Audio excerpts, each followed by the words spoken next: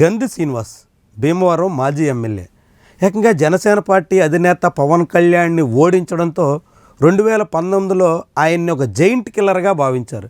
అందుకు తగ్గట్టుగా తనకి రాజకీయంగా ప్రాధాన్యత ఉంటుంది అని ఆయన ఆశించారు. కానీ ఆయన ఆశించినట్టుగా జగన్మోహన్ రెడ్డి కరుణించలేదు. ఆయన కోరుకున్నట్టుగా మంత్రివర్గంలో అవకాశం ఇవ్వలేదు.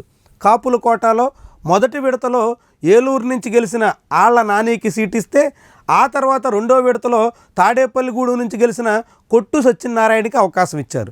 అదే జిల్లాకు చెందిన 2 కాపు నేతలకి వరుసగా 2 విడతల్లో అవకాశం రావడంతో కాపు కులానికే చెందిన గంధి శ్రీనివాస్కి ఛాన్స్ దక్కలేదు. ఆయన కేవలం విప్పు హోదా మాత్రం కట్టబెట్టి సంతృప్తిపరిచే ప్రయత్నం వైఎస్ఆర్సీపీ చేసింది. అధికారంలో ఉన్నంత వరకు పార్టీకి విధేయుడిగా కనిపించిన ఆయన అధికారం కోల్పోగానే పార్టీ అధిష్టానం తీరుతో చాలా అసంతృప్తిగా ఉన్నాను అంటూ చెప్పుకొచ్చారు. తన అసంతృప్తిని, అసహనాన్ని, వ్యతిరేకతని అంతటినీ వెళ్ళగక్కారు. వైఎస్ఆర్సీపీకి గుడ్ బై చెప్తున్నట్టుగా ప్రకటించారు. ముఖ్యంగా జగన్మోహన్ రెడ్డి ఎట్లా ఉన్నప్పటికీ సజ్జల రామకృష్ణారెడ్డి కారణంగానే వైఎస్ఆర్సీపీ భ్రష్టు పట్టిపోతోంది అంటూ విమర్శించారు. అంతటితో సరిపెట్టకుండా విజయసాయిరెడ్డి లాంటి వాళ్ళు రాజీనామా చేస్తూ వ్యవసాయం చేసుకుంటానని చెప్పినప్పుడు సెటైర్లు కూడా వేశారు. సాయిరెడ్డి ఒక్కళ్ళే కాదు, సజ్జల లాంటి ఇంకా చాలామంది ఉన్నారు, వీళ్ళందరినీ తీసుకెళ్ళి సహకార వ్యవసాయం చేసుకుంటే వైఎస్ఆర్సీపీ బాగుపడుతుంది అంటూ ఆయన సెటైరికల్గా కామెంట్లు కూడా చేసినటువంటి చరిత్ర ఉంది. అలాంటి గంధి శ్రీనివాస్ వైఎస్ఆర్సీపీని వీడిన తర్వాత ఏదో ఒక పార్టీలో చేరాలని గట్టిగానే ప్రయత్నాలు చేశారు. కానీ ఆయన ఆశలు పండడం లేదు అనేటువంటి ప్రచారం మొదలైంది.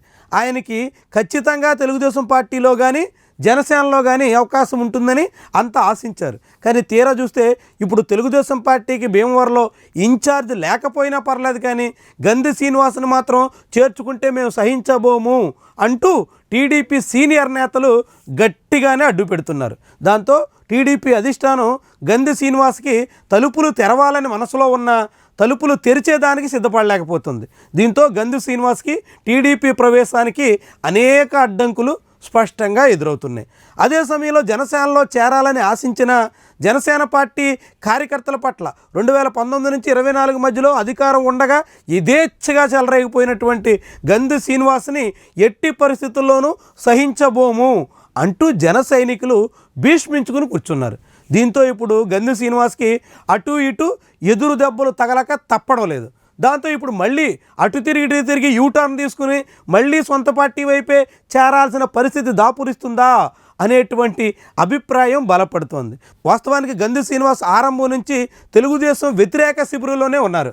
అక్కడ అర్బన్ బ్యాంక్ చైర్మన్ పదవి దగ్గర నుంచి వైఎస్ఆర్ శిష్యుడిగా ఎమ్మెల్యే టికెట్ తెచ్చుకున్న దగ్గర నుంచి 2004 ఎన్నికలు మొదలుకొని ఆయన ప్రతి సందర్భంలోనూ టీడీపీ వ్యతిరేక శిబిరానికి నాయకుడిగా కొనసాగుతూ వస్తున్నారు.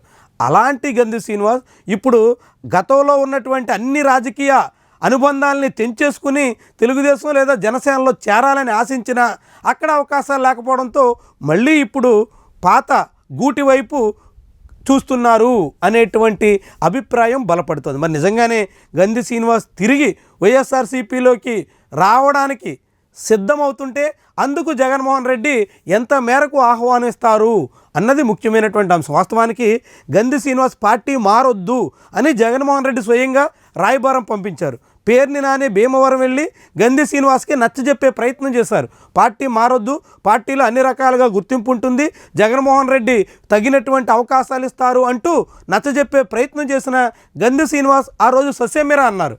అప్పట్లో గంధి శ్రీనివాస్ సంబంధించినటువంటి వ్యాపార లావాదేవీల మీద ఐటీ దాడులు సహా అనేకం ముంచుకు రావడంతో గంధి శ్రీనివాస్ అనివార్యంగా వైఎస్ఆర్సీపీని వీడినట్టుగా ప్రచారం సాగింది. ఇప్పుడు మళ్ళీ అక్కడ అవకాశం లేకపోవడంతో గంధి మళ్ళీ సొంత గూటి వైపు చూస్తున్నారు అనేటువంటి వాదన భీమవరంలో ప్రబలంగా వినిపిస్తుంది. అది ఎంతవరకు వాస్తవ రూపం దాలుస్తుంది, గంధి శ్రీనివాస్ తిరిగి వైఎస్ఆర్సీపీలోకి వస్తే ఆయనకి ఎలాంటి ప్రాధాన్యత దక్కుతుంది చూద్దాం మరి.